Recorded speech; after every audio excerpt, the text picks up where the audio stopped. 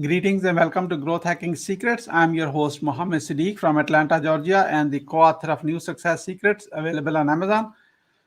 On this episode, we have a special guest, Turner Sparks. Turner is a stand up comedian and podcast host of Lost in America pod. Please join me to give a warm welcome to our guest, Turner Sparks. Turner, Yes. welcome. How's it going, Mohammed? Thank you for having me. Oh, wonderful. You can call me Siddique if you like to. That's a Siddique. wonderful. Yeah. Okay. So, Turner, you are a stand-up comedian. Last 12 months, life has changed upside down for in your profession, which I am aware of that. And there's a lot to learn among ourselves. We are talking to ourselves most of the time because we don't have too many people to talk to each other. Before we get into really professional, how you have felt everything, what is your life story? Where were you? What happened? Who you were surrounded with that inspired you to become a stand-up comedian? Oh my gosh. Well, I've always been a fan of stand-up comedy, and in the 1990s, I was a kid, and it was Saturday Night Live. I was watching. Norm Macdonald was my favorite comedian, and man, my life took twists and turns. I lived in China for 12 years of my life. When I was at my adult life, and my friend opened a bar when I was living in China, and he heard me one night. My two friends of mine and we were drunk, and we were talking. Oh, we love comedy. Comedy's great because stand-up comedy's so funny. And then he came up to us and he said, if you guys do stand-up comedy 1 month from today here in my bar, I will build a stage. Oh And my of course, God. Siddique, we were drunk. So yeah, let's do it. Sounds good. And then the next morning he called and he's like, hey, the stage is in, the lights are up. You guys are on in a month. I'm advertising today. So I had no choice. So I had to do it. So I did it once and it went great. It was in front of all my friends. We had a great time. I did it a second time and it was the worst. I could not have bombed harder. Not a single joke worked the second time. I went in with all this confidence. And then I did it a third time and I did better than the second time, not as good as the first time, and I was hooked. And I've been doing it every week, every day. I mean, since that time. That was 10 years ago. That was 2010, 2009, 2010. So, Jim, did you have any training somewhere, like an academy or something, or just like a drunk and said, "Oh, let's just go"? let's just go. Yeah. And that's how and that's truthfully, there is no training for stand-up comedy because the only training is on stage performing it in front of people. You can't practice it because there is no stand-up comedy without a stand-up comedy audience. It takes the audience to let you know if the jokes are funny. So if Yeah. you're practicing in your room, you don't know if what you're saying actually works until you try it on a stage. So even today, if I have a new idea, 10 years into comedy, I try it on stage. That's the only place you can try it. So you don't know I'm, until you say the words. I am so glad the doctors are not doing like this. Otherwise, we all will be dead by now. Yeah, like, I don't know. Is this a scalpel? I'm not sure, but let's find out. Let's try it out. Yeah. So, based on your experience of working so many years as a stand-up comedian, what are the top three mistakes to avoid? Well, let's see. Mistakes to avoid. You cannot be overconfident in what you're about to say, but it's difficult because you can't be underconfident. You have to be sure of yourself. But every time I think I have stand-up comedy figured out, I bomb the next night. Always. When I go, this is easy. I'm not going to rehearse. I'm not going to prepare. I'm not going to write. And then the next day it's done. So I think the one thing is to avoid is to get lazy. You can never get lazy in stand-up comedy. If you're a musician, you can get lazy. You can write a hit song in the 1990s and you can still perform it today and everyone loves it. Woohoo! But if you tell a joke in the 1990s and everyone loves it and you tell the same joke today, people go, boo, we heard that joke. So you have to be writing every single day. I write a new 10 minutes of stand-up every week. That's my system. So that I perform. Always new. And so you can't get lazy. That's number one. Number two, you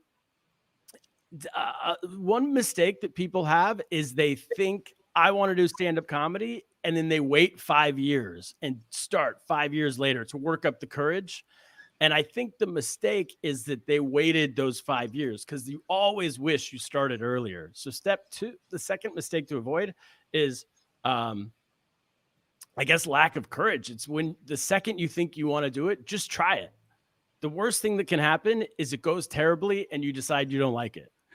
And actually, the worst thing that can happen is that it goes well and then you do it for the rest of your life. And now you're stuck.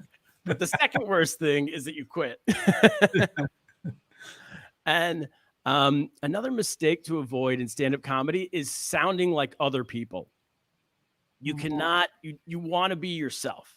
So a mistake I made early on was I watched too much stand-up comedy on TV. And then I started to sound like my favorite comedians. Oh, yeah. And that's bad because people don't go, if they want to go see if they want to see Dave Chappelle, they'll pay to see Dave Chappelle. They don't want to see you sounding like Dave Chappelle, you know? So I had to stop. About 2 years in, I stopped watching all other stand-up comedy and just got into my own ideas, my own voice, my own style. Yeah, be yourself. That's always the case, Be yourself. Yeah. Be yourself. Yeah. Not being yourself is a big mistake. It is. The audience can tell right away. Yeah. I've seen it before. Someone tells a joke. They steal a joke. They tell someone else's joke. And I've heard the audience call out, "That's that guy's joke." That's actually, it was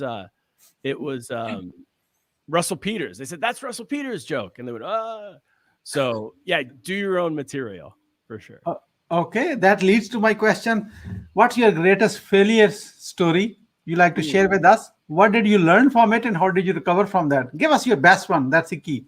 Okay. So my best one, I'd been doing comedy for 1 year in the town. I was living in China. I was living in a city called Suzhou, China. And I've been doing it at this bar, that same bar in Suzhou. And I was doing well. And all my friends would come and everyone would watch. And I would do well every month. We were doing a show once a month. And then there was a competition in Hong Kong every year called the Hong Kong Comedy Competition. I flew to Hong Kong, 2-hour flight, to compete in this competition. And I thought I was going to do great because I've been doing great in Suzhou, in my town. I went on stage in the competition and everyone had 7 minutes. You had 7 minutes to do your best jokes. I was on stage, Siddique, for 3.5 minutes I forgot all my jokes. I tried all these tricks that I used to do in Suzhou. Nothing was working. The audience didn't like me. I didn't understand why. I left. I just walked off stage halfway through. It was the biggest. And people were afterwards. They were saying, this is what you don't want to hear in comedy. You don't want to hear people say, "Oh, it wasn't that bad. That's the worst." You go, no. It was terrible. Just let me go.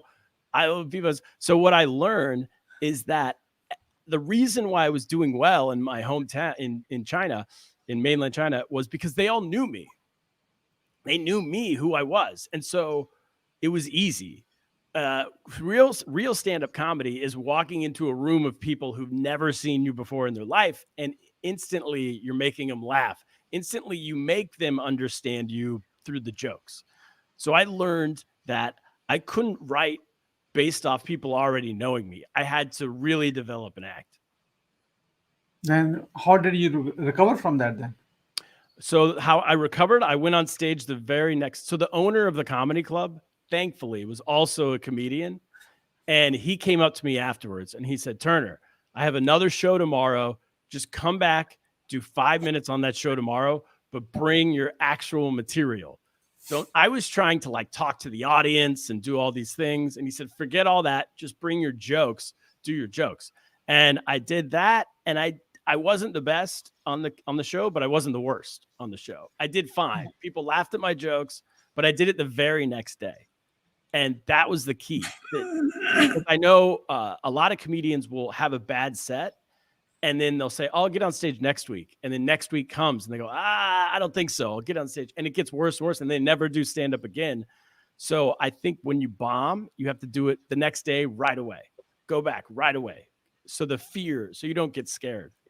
Yeah, that's amazing, Turner. Thank you so much. This lesson is applicable Everywhere, in every business, the failure is you have learned a lesson and applied that right away before you even forget. Yes, before you forget the lesson and before the failure really sets in. Because if you wait a month, you're spending a month just thinking about that failure. Oh no, and you make it worse in your own head. You make it worse than it actually was. Yeah. Turner, I promise you I won't be that hard. So let's talk about your success secrets. Okay. Enough about failures, enough about Right. the failure story. And I reminded you like 10 years ago, oh my God, I bombed. So it's not even getting out of your head now. So let's just Oh get on the no. other side. Okay. What are your top three success secrets so that others can model from you and in their business or in their profession? Yeah. So mine is I'm a small business owner, which I'm sure a lot of people watching this are. My small business is just me. It's one person, and it's my product is my jokes. But really, it's no different from someone who owns a flower store or sells books or whatever. It's product. And small business is I don't have a boss. So number one secret is to come up with a regimented schedule and fit that every day. So every day, wake up, write for maybe 1 hour, and then respond to emails, and then try to get bookings, and then always have a schedule that I stick to. That's number one. Number two is to, let's see, I just had my brain just cut out. Oh, so it's to specialize in your industry. My industry is stand-up comedy. That means I'm competing against all the famous Russell Peters, Dave Chappelle, Bill Burr, all these famous people. So I can be incredible. And also at a certain level, everyone's funny. Once you become a professional, every one of us can walk into a room for an hour and make everyone in the room laugh. So then you need something extra to separate yourself. So for me, how I specialized is I do clean comedy. My material is all clean. There's no curse words in my material. And so anyone family can watch it. And then I also perform at country clubs around the United States. So private clubs, I play golf, I play some golf, and I understand like the mindset of these golf people. And so I just started calling these clubs around these country clubs around the US. And I said, have you ever had a comedian? And some say, oh, we had one 5 years ago, but he was dirty and we don't want to, we don't want to have another one. I said, no, I'm clean. Let's do it. And now I'll do about 25 country clubs a year.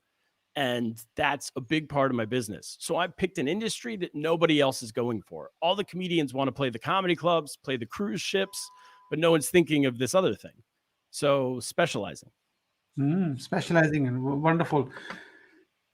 And one more? Was there one more or was that good? Yeah, go ahead. Give us a bonus. We are greedy when it comes to knowledge. Okay. Well, the other one is, I guess maybe I've said it before, but it's be original. It's really find your own, I guess there's not much more to that. Find your own path. And I mean, through the material as well, through your idea, make sure your idea, but really what's best is to I'm good at stand-up comedy. I know country clubs. I might not be the best comedian in the world, but I might be the best comedian who performs at country clubs in the world. So take two things, combine them to one thing. Yeah. Turner, you are a businessman. I'm a little businessman learning from my guests, just like yourself right now. You mentioned about country clubs. My brain is working. I already had my coffee. You're just having it. So that's the difference. Yes. So there's a possible collaboration between us, and I would say among us, because there's someone else in our team too. He is a recluse billionaire. Mr. O's goes by the pseudo name. Owns Great. 160 miles of beachfront properties in US and around the world, 48 businesses. And now we're building a safe city in Tennessee and maybe in Texas, like 8,500 acres and 4,000 acres. I'm not trying to sell you anything, not a person you're watching. I'm not even trying to sell you anything. There's a possible collaboration. That's the business mind works, which we can talk about. Yeah, I will be happy to make an introduction, because when you go to country clubs, you are already, the key players in that, because that doesn't happen until you know the whole team. And there's some possibility in that community we can make it happen. Okay. That's great. I love anyone whose name sounds like a James Bond villain. So I'm in. Yeah, Mr. O. How the people are watching this right now can support you? Oh man, Oh, so I have a podcast called Lost in America Podcast. Yeah, great. You can go to lostinamericapod.com.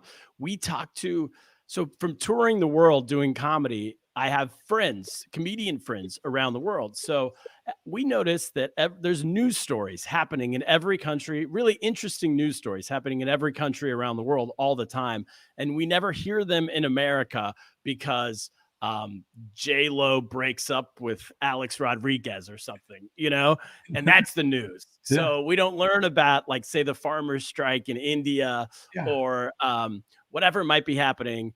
Even Brexit, we barely know about. yeah, So on my podcast, I talk to comedians every week around the world who are based in these countries, and we pick one news story and they explain it to us.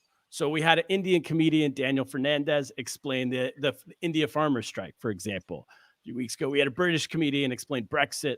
Um, we've done all sorts of things. We're talking to an Armenian comedian today yeah, about a possible coup going on in the country right yeah, now. yeah.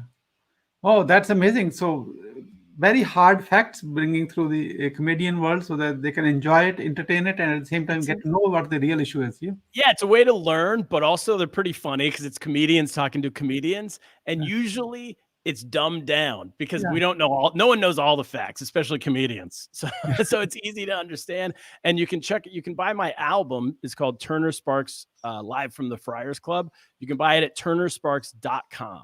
Just my Yeah. name.com, Mhm. and that's an hour of my stand-up comedy. Wonderful. You keep that podcast also family safe too, because all the comedians Pretty much. pretty much. Sometimes the guest, we don't limit what the guest can say. So maybe PG-13, let's say. Every Okay. once in a while, there's a curse word in there, but a Yeah, few because over the course. they're so used to it that they will may drop it one at least anyway. Exactly. Yeah. Yeah. And most of the time they speak in a way, if you take that out in editing and post production, it will not make much sense, you know. I know. Oh, one last thing. One last thing. So every Friday night on Zoom, I do a stand-up comedy show with friends from around the world. So comedians around the world and I all do a show together. And you can also go to turnersparks.com to get tickets to that. It's a free show, 8 p.m. Eastern on Zoom. Mhm. How many people tune in to watch mostly that one? We usually have about 300 people watching. Yeah, good. So Yeah. now we have two things to talk to each other. Okay. Okay. Turner, I'm not going to let you go anywhere. Okay, so thank you so much. We are almost, out of time, and I really want to close up with one more, almost like a question about your today's experience as a guest. Okay, this is about what would you say about your today's guest experience on a growth hacking secret show? This is great. I've had a blast being on the show today. Siddique's an amazing host, and I'm excited. It sounds like we can work together in the future. So not only did I get to come and talk to Siddique on this show, but I might have a new business partner out of it. Thank you so much for your kind words. Really appreciate it. Turner, what would you say as a final word? Well, everyone, we're almost out of the pandemic, so good luck. And 2021's, it's going to be a party this summer. Everyone's going to be all over the place going nuts. So have fun. Yeah, many people are already started. Yeah, don't start too early. Yeah, don't start too early. Thank you so much, Turner Sparks, for sharing your wisdom with us today. On the behalf of Growth Hacking Secrets community and our entire team, we really appreciate you. This Thank is you. Mohammed Siddique signing off from Atlanta, Georgia. Until the next episode, all good wishes.